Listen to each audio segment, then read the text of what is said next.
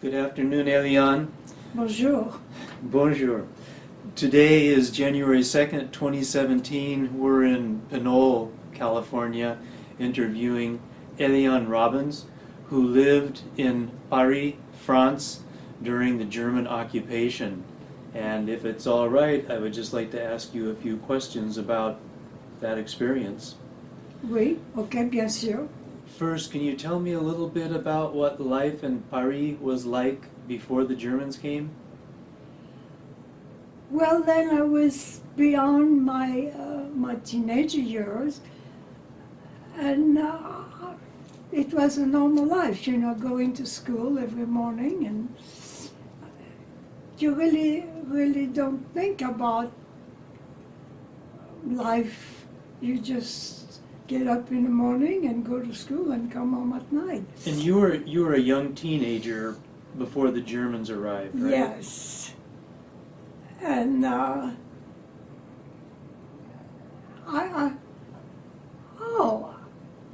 had just got out of school where I was in a Catholic school, which the Catholic school was actually a convent. It was a convent by the Carmelites, Les Petites Sœurs de l'Enfant Jésus. And this is where I made my first communion and my confirmation. And I spent 4 years there in a boarding school, getting my education and everything. And I just got out of school. I was only about, I don't remember, maybe a year or so ago.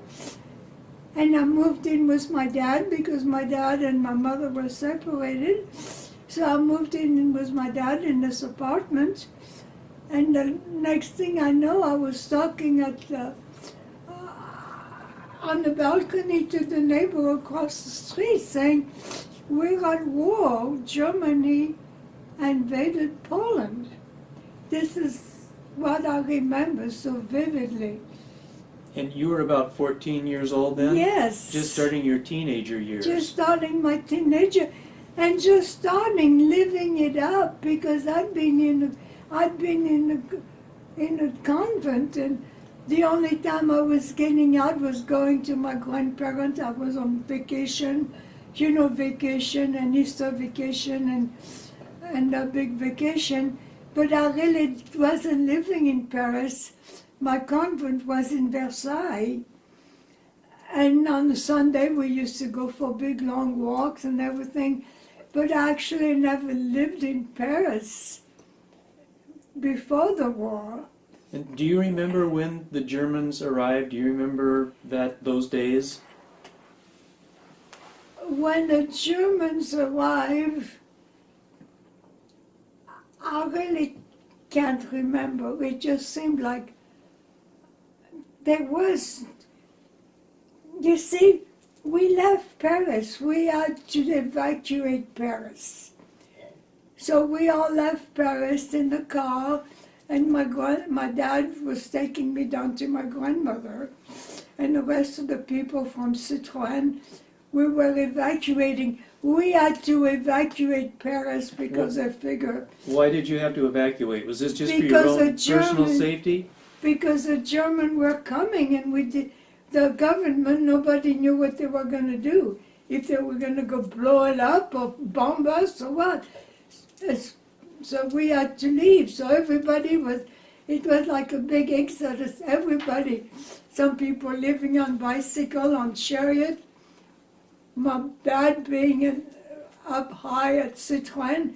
We had a Citroën car, and few people from Citroën, and then my dad said for the driver to go to Bordeaux, to take his daughter to Bordeaux.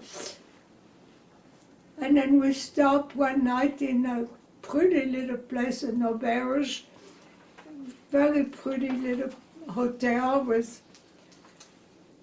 I remember I enjoyed it very much. We stopped there overnight. I had my own little bedroom. And then the next morning we got started again. And then we were barely on our way, just a little while, The German tank. The German tank was passing us on the road. So they had already They gone had through already Paris. come through Paris and they were beating us down the road. How long did you stay in Bordeaux? Not very long because I had to return to school. I don't remember that part. It seemed like I didn't stay very long because my dad said I had to come back to Paris and go to school. So how did you get back to Paris? On a train with my mother and my sister. Because my mother was down in my grandmother's too. So we go back to Paris and we get into Paris. And then the Germans were all over there, just like if they're home. The German everywhere. What, German soldiers everywhere. what street or boulevard were you living on? Boulevard Victor. Victor? And that, yeah, that's between the station, the subway station Place Ballard, and on the other end at Porte de Versailles. And we have a photograph of the building that was across the street from where you lived. Can you tell me about that building? Yes, that's the, it was the French Air Force Academy. It was a school for Air Force young people. There was some young cadets or whatever you call them. I remember, but that was a French Air Force Academy.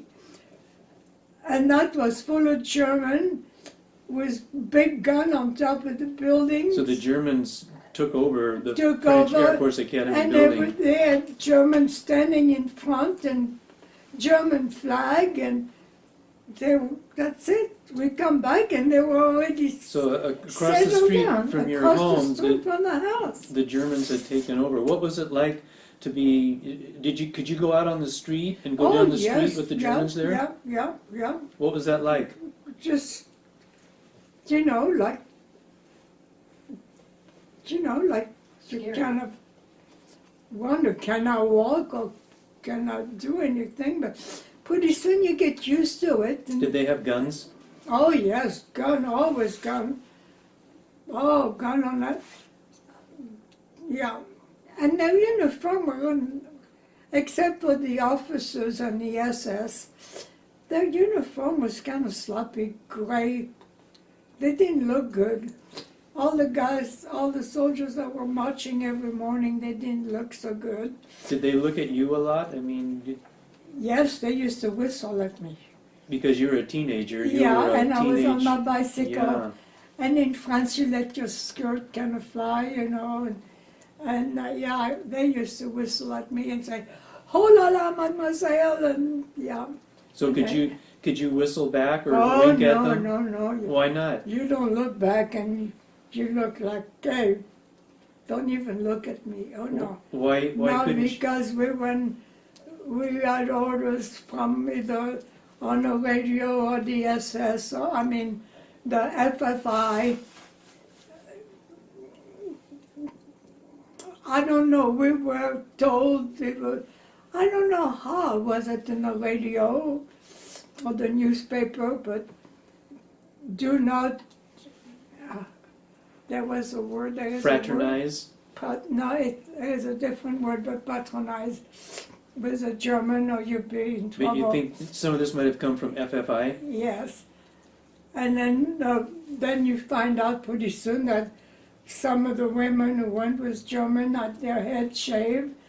And then sometime I saw a truck of FFI with about 5 women in the back of the truck with their head shaved.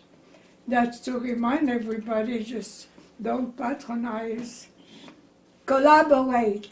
Collaborate. Yeah, good word. Collaborate. Don't collaborate. So you just don't. And then pretty soon you kind of let it go, but then pretty soon you can't find nothing to eat.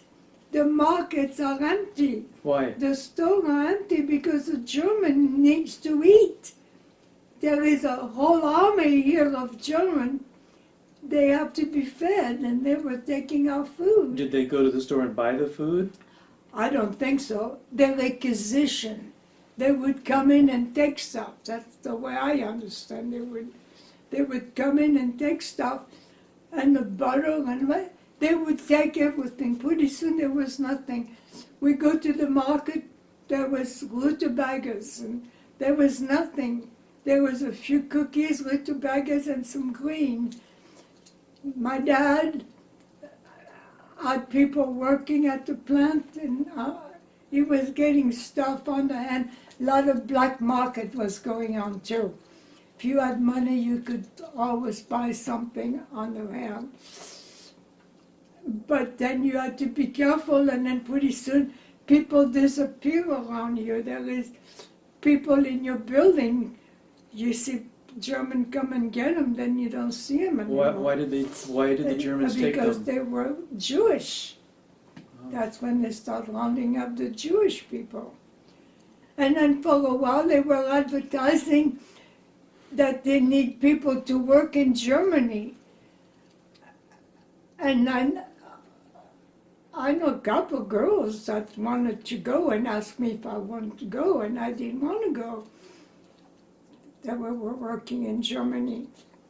I didn't go, thank goodness I didn't go, because a lot of those people end up going in concentration camp. Oh dear.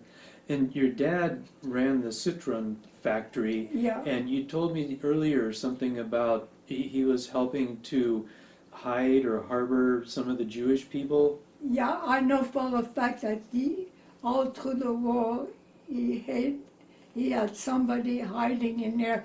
I didn't find out until when I went back to France. And he received a certificate that's actually signed by Charles de Gaulle. Yeah, but I don't know if it was just for that, or due to the fact that the Citroën plant make cars. And the Germans need cars, and they need more cars. And my dad had the production reduced down to practically nothing. So They were no cars for the Germans. No cars for the German. My dad reduced the production. Yeah. Because my dad wasn't a production manager at the time. He was just, I don't know what he was. He was electrical engineer. He was in charge of other things. But all at once with the war, he was in charge of the whole plant. Yeah. 2 plants, in fact.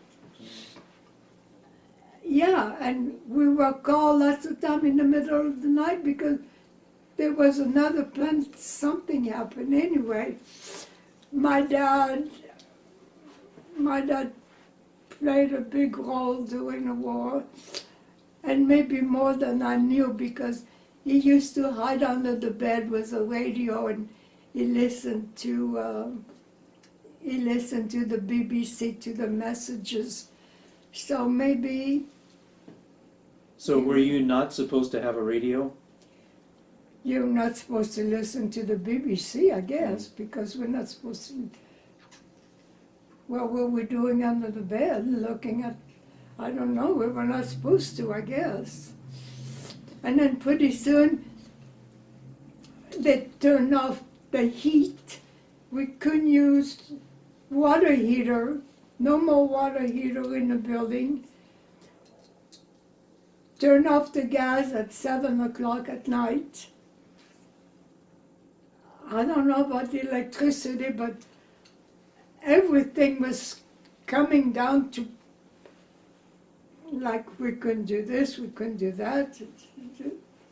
And then while all the kids, here I was a teenager, I couldn't go out, there were no dances, no nothing. You lost your teenage years. I didn't go in camps. All France, everybody, even now, everybody go to summer camp. They go to Sardinia. My brother learned to speak Italian perfectly because he always go to Sardinia on summer vacation. Everybody, the whole family, always, all my life I heard about going to summer camp. You couldn't go to summer camp. You couldn't go to the ski. Everybody in France, a young teenager, that's what you do, you go to skiing. So, and there was hardly no swimming pool. there was one swimming pool open, one by the river. But anyway, I lost all my teenager years. I just didn't have. I got out of boarding school with the sisters, and there was the war, and then the invasion. And then, just as the war is over, and I get a job with the American, and then here, this good-looking young American asked me to marry him. What was his name? Dale Robbins. So what do you do? That was really, I didn't know what to do. I never thought about marriage. I just didn't even have fun. Can you tell me a little bit about when the Americans came, when you first heard about the Americans coming, and then when they first came to Paris? Yeah, I went to meet me and my girlfriend took our bicycle. We heard they said they had already debarked. They went all through Normandy and they were on the edge of France because they were letting they want the French troop to come first. Was it General de Gaulle? No, General They de wanted Gaulle. de Gaulle to enter Paris first. Yeah. So they were all camped out. I don't know, the edge of Paris somewhere. It wasn't too far because me and my girlfriend went out there on our bicycle, jumping over the barricade and whatever. And we left at noon maybe, and we were back home during the night. And we did see the American. My dad didn't believe me, but they gave us some cigarette, Leo 3-pack cigarette Chesterfield. I told my dad we saw the American. Oh, yes, I did. Here it is. So you were excited, but your dad wasn't real happy that you had gone all the way out because there were still bombs falling and shells going off. Yes, it was. They were. By that time, it wasn't. It was the FFI. It was the Resistance. They were still German in Paris. In fact, first thing in the morning when it took off again, I saw a German soldier by the bridge.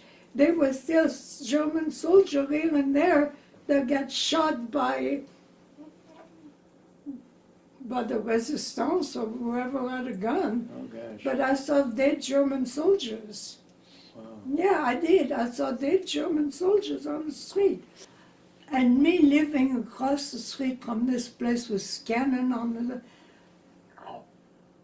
And we thought that thing was going to blow up. You see, that's why we had... My dad said, because I wanted to go across the street, you know me. I just had to go across the street. No, it might be... how do you call it? Booby trapped? Booby trapped, don't go in. And you know that I went in anyway. Next thing you know, the FFI came. Get out of there! They might be... So anyway, but I did. I went and because not just the building, but they had like camp on the ground. They had like barracks were, and I went into one of the barracks to look, and there was big jug of like jam, and so there was canned food, and I wanted to take it. And they said, no, don't touch nothing. So then I went back home across the street. And then I went to my bicycle, and then there were dead German soldiers on the street. Yeah, I saw dead German. Yeah. And then I don't remember what happened. It just, next thing you know, the troops came in, and they were down the Champs-Élysées, And the war was no, the war over wasn't. in Paris. It wasn't That's over right, no. in the rest of Europe. No, because a lot of the troops were going on. They were just coming through Right. and setting posts, like they had to set like the PX, where the troops would be buying cigarettes and whatever, And they had different posts in Paris. They had the big one on the Champs-Élysées, that was for the officers, big shot. And I don't know, it happened kind of fast. Next thing you know, my mother got me a job. It was Photoshop. It was a little store where people come in and bring their film to be developed. So they bring their film, and I was working only about 3 months when my mother came and said, they're hiring people, English, who could speak English. So she told me where to go, and I got hired right away. And they were setting up this big store, and I got a job right away. So things started going back to normal after Yes. the liberation. And then, yes, and then takes again. Yes, and then there was a lot of posts for hotels that Americans were living in, and yeah, it wasn't like when the German came under Hitler's boom, boom, boom, you know. Where the Americans, they were happy, they finally debarked. It was a different atmosphere. You were not afraid anymore. Everybody was, it was a big feast, you know. Everybody was having a good time, C'est getting bon. drunk, and partying on the street, and kissing on the street, and whatever. Yeah, anyway, that young man that was working with me, this American, and there were several other French girls working there, and they were all they liked him because my husband was very nice looking. And then, you know, with that empty uniform and the leggings and that thing, he looked so handsome.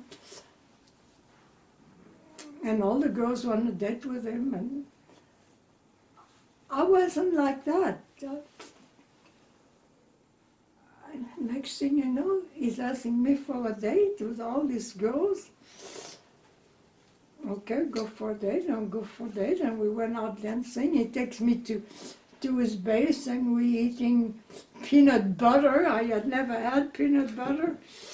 And he'd take me to another base, and we go on dancing. And then one day he said, you know, the war is over, they're going to send me back home. I have enough points, I have to go back home. I said, oh. And they said, do you want to marry me? Me getting married, you know, I don't know. And then he asked me again, and then I told my dad, I told my mother, and going to America, you know, everybody was going to America. And next thing you know, I was getting married. Congratulations. Yeah, it was nice. My husband furnished me with the material to make me you couldn't buy anything, so my husband got some parachute silk, and my wedding dress is made out of parachute silk. Oh my gosh, how Yeah. fitting. Okay, merci beaucoup. Il n'y a pas de quoi. De rien.